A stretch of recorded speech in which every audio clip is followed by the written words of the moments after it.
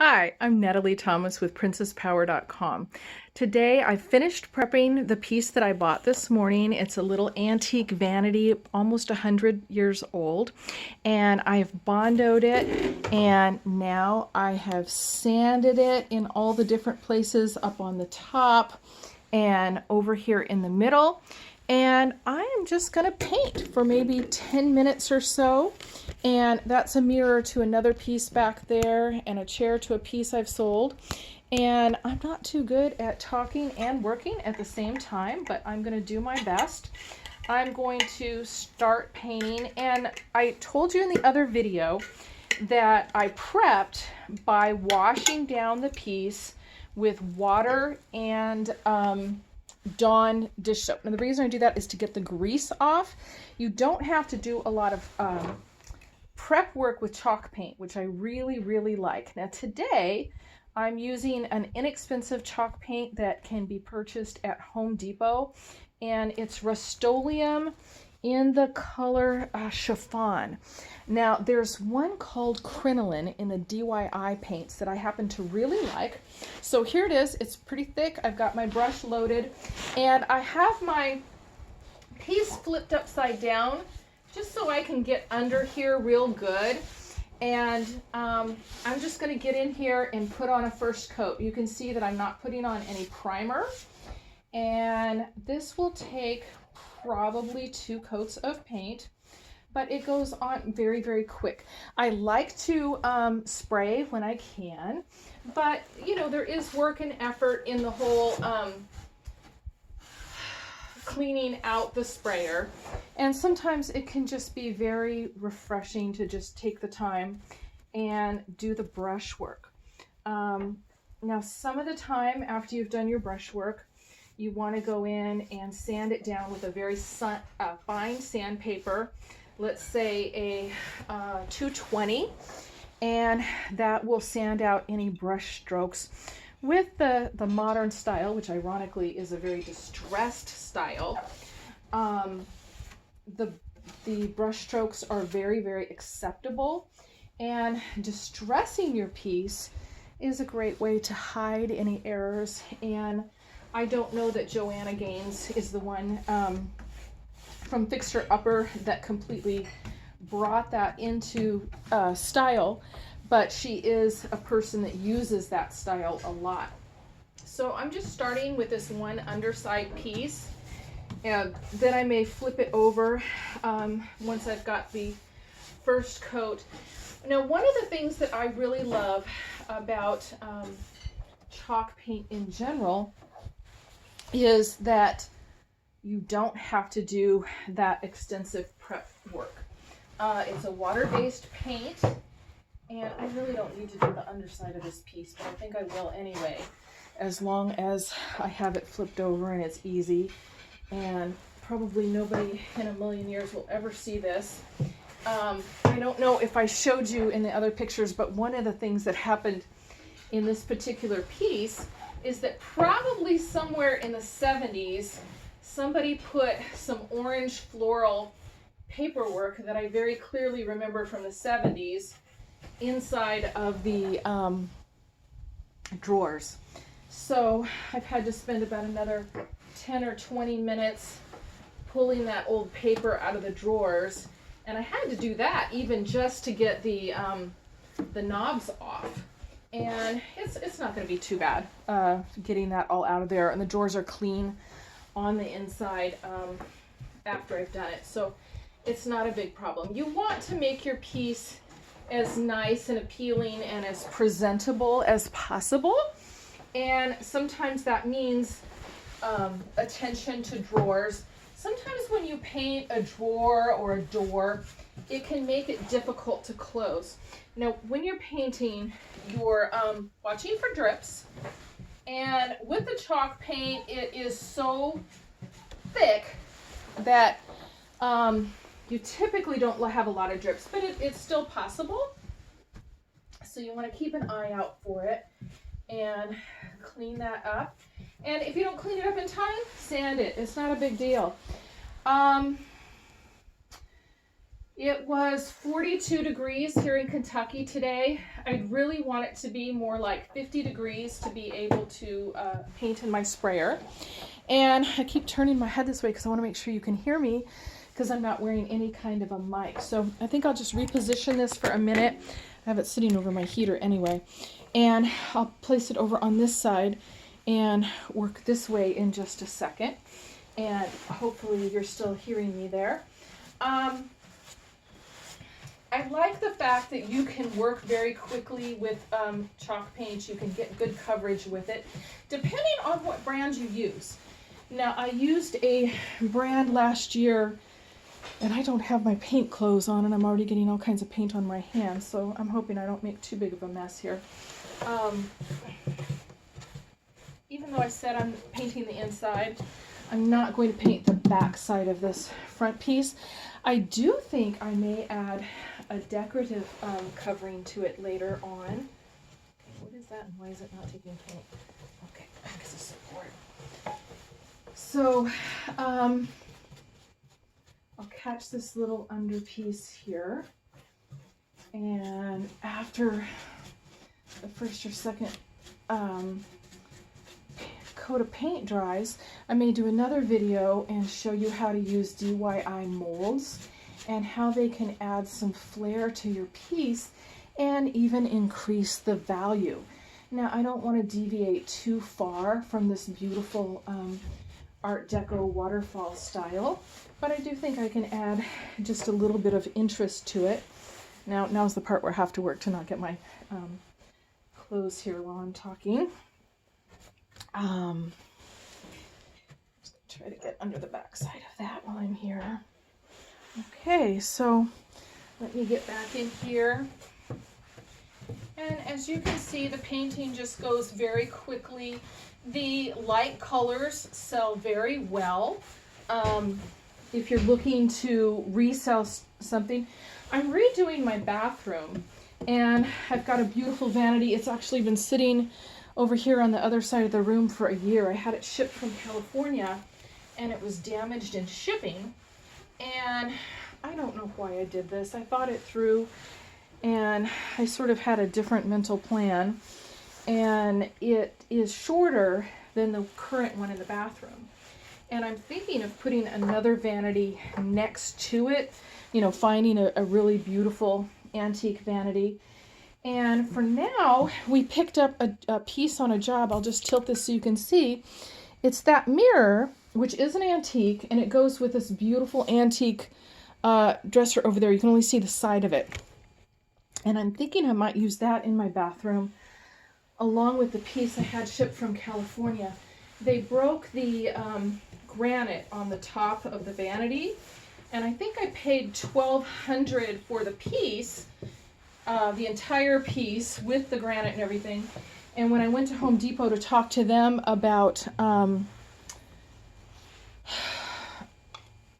buying more, it was going to cost more than what I paid for the entire vanity. Okay, I'm moving the camera again, and I'm going to flip this piece up. So just give me a second, and I'm just peeking for any little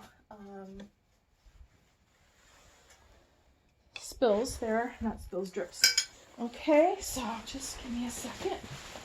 And this is a smaller piece, and it's nice that I can handle it myself. There are definitely times that I can't do that very well. And common with that era, this has wheels on the bottom. So I know you can't see the whole piece right there, but let's see, maybe I'll bring the camera around and start on the side over here. My precious husband is in making dinner, and I asked him if I could have 10 minutes, and I didn't think it would take more than 10 minutes to get my first coat of paint on and make this video.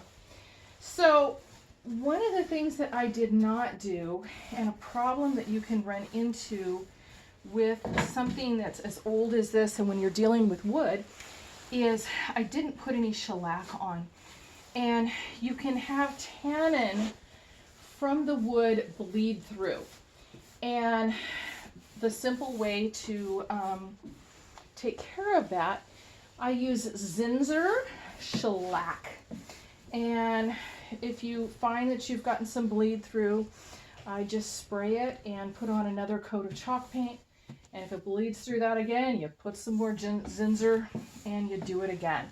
It's pretty simple. I think I bought 10 cans a couple months ago and I've used one so far, which is not bad. And you can tell it's not brain surgery over here to paint this on. You kind of want to go in the direction of the wood. I have a heater on just a few, probably 18 inches or less away because it is chilly here today, and you know, the paint needs to dry.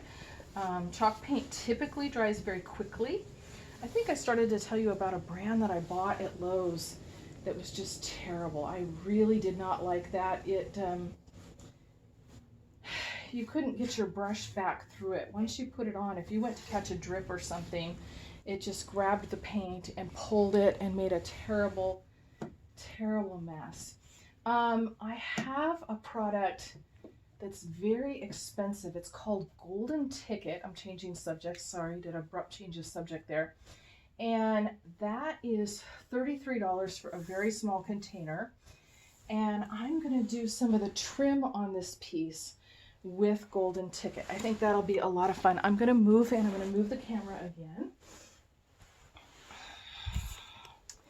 And hope I don't make you dizzy over here and that you can still hear me while I work. So I'm thinking I will do the IUD mold here. IOD, not IUD, I misspoke. Ooh, I just got something on me. Why don't we go around to this side? We'll just get both of the sides first. There we go. So IOD stands for Iron Orchid Designs.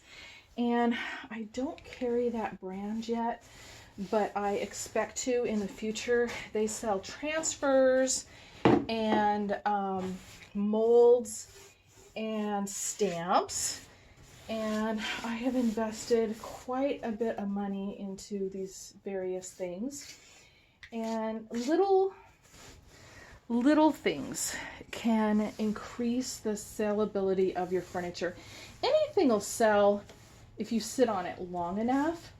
But in furniture flipping, you're going to make most of your money the faster you can turn things. So that's a combination of design and price. So let me give you an example. You could paint a piece fuchsia and black, and it can be absolutely breathtaking, but maybe it's going to take 6 months to sell until it finds just the perfect home. Now that can be true with anything, but it is less likely than a white or cream piece like this.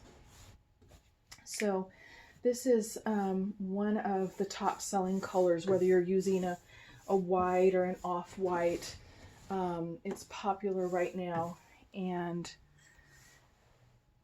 so you can see I'm getting this first coat on. It will need to dry.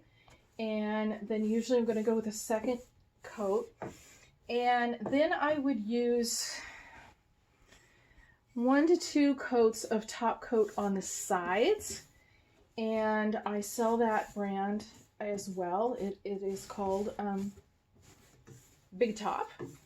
And it's about $21, $21.50 for a little container, but it's wonderful. Some of the stuff that I have bought and tried at Home Depot turns yellow.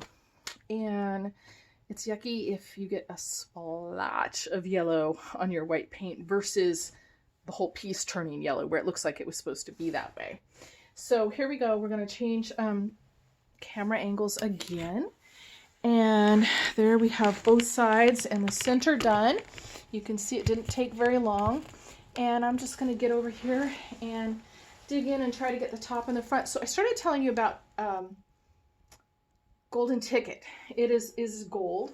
And I'm thinking this edge trim here and this down the front and this here, I will probably do those in golden ticket. So I'm not trying to paint those at the moment. I will grab this little piece down here at the bottom. I don't think my camera angle is perfect for right there, but can you see me getting in there? Okay, I'll just take a second. I really like this little piece. $35 kind of was a lot for, you know, what I typically pay for a piece, and it is a small piece. I have seen really nice ornate vanities go for as much as $500. Now this piece, when it's done, I wouldn't say it would be worth $500, and my area tends to be a little bit lower on the price side. So I'm always trying to factor in you know, how much time, how much money, and how much profit, or potential profit is a better way to say it. Everything is usually about potential, right? You can make anything, and you can make it beautiful and wonderful, and if you don't market it, you can't ever sell it, right? Or if you try and you give up right away, which some people do. All right, so I've left those spaces that I'm going to paint in golden ticket. I don't know, I think it would be really fun if I could get this piece done today. I have a mirror that I'm going to use with it, and I think I'm going to use with it. Let's say that. Potentially, let's go back to our word potential. Now, I could have done more sanding on this piece if I really wanted to. One of the nice things that I really like about my DIY chalk paints, and I'm not using that one today, but the reason I like to use it in general is because it is self-leveling. It is a clay-based paint. It has very few ingredients. It has no VOCs, and it's very, very thick and has really, really good coverage. So I will get that order in tomorrow, and I'm really excited to go pick it up and go put it in my store. But I also became a retailer because I use a lot of paint, and I use a lot of Big Top to finish everything off, and who doesn't want a discount? So that's why I do that. Let me get in that corner real well. Okay, there we go. You don't have to use a ton of paint, and if you look at my can here, you can see that I'm barely used anything, and I am almost finished with my first coat. I'm going to bring the camera up for a minute and show you those pieces that I just filled in with the Bondo. Love, love, love Bondo. It does smell terrible. I would say it costs around 20 bucks. It comes in 2 parts, and you mix it together, and you need to work very, very quickly, and it's a lumpy, bumpy, ugly mess, and then you sand it down. So I'll show you a couple of my sanders real quick. They're behind me. This is my DeWalt orbital sander. I use that the most. And this is a little mouse sander, and mouse has to do with the shape. And you can see I had to get into a corner to bring down that Bondo. So my husband is waiting for us for dinner. So I am going to bring you up here and paint this top and go eat dinner. I don't think I can hold that too well stably. So let me bring you over here. There we go. That's a pretty good angle. Hopefully you can hear me. I'm just trying to see where I want to begin and end my strokes and what I'm going to use the golden ticket on. So I'm not going to be using it there, so I'll paint that. And it wouldn't hurt if I painted the whole thing white and then later added the golden ticket. I just am choosing not to this time around. And like I said, I could have done some more sanding on this and evened out some of the, you know, scratch marks and dents and things. But I think when you have something that is very nearly 100 years old, that it leaves some of the charm and the history to it, to leave some of its story of, you know, what it's been through. I'm not looking to have this perfect thing that looks like it's, you know, fresh off the assembly line, because it's not.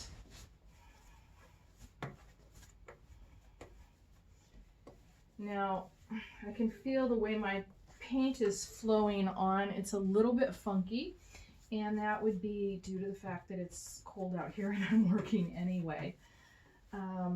Some of my heroes in the furniture flipping business are Jamie and Zeb Ray.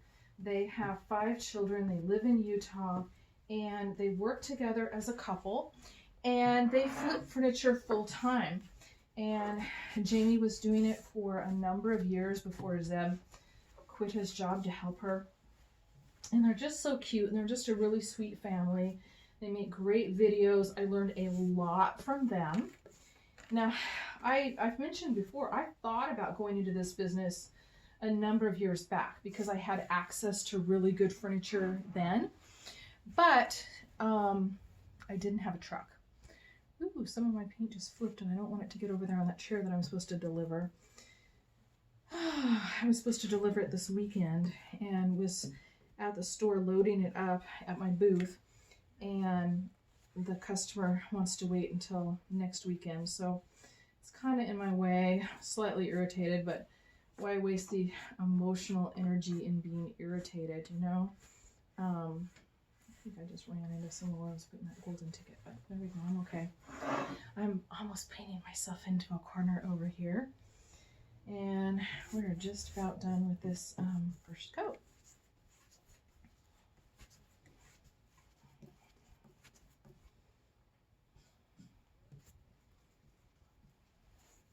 I've got some other pieces that I'm really excited about doing. I'm going to be doing a paint pour, and the fun thing about that is if you do it right, you can make your piece look like a geode. And as a kid, I always loved rocks and rock tumblers and collected rocks, and love geodes. So I'm really excited. I was very tempted to start that project last night. I'm super limited on the space I have to work with in my garage, and I wanted to just bring a tabletop out here and do the pour and let it dry last night with the heater on, and I did not do it. I realized I was super tired and that I was pushing myself too much, and that I needed to just pull back and wait. And so I did, and then had no intention of buying and getting this piece today. Well, I'm going to rephrase that. I had every intention of buying and getting the piece. I had no intention of starting it. And I literally thought I was going to have to sit around a few days, at least a few days, for me to decide what I wanted to do with it. And then, bam, the idea just came into my head. And I haven't even told you some of my plans for this piece. I'm going to decoupage the drawers. I have some really pretty gold wallpaper, and I'm going to put those on the front of the drawers. I would love it if I could get that done tonight. I would love it if I could sneak out here and get at least another coat of the white on tonight. I'll see what I can accomplish. The world won't come to an end if I don't, but I think it would be fun if I could get it done. And speaking of done, I'm done with the first coat. So I'm going to get over there, turn off that video, and say thank you for watching. Check out www.princesspower.com, where I teach people how to go from pauper to powerful in the areas of health, business, and relationships. Thanks for watching. Bye-bye.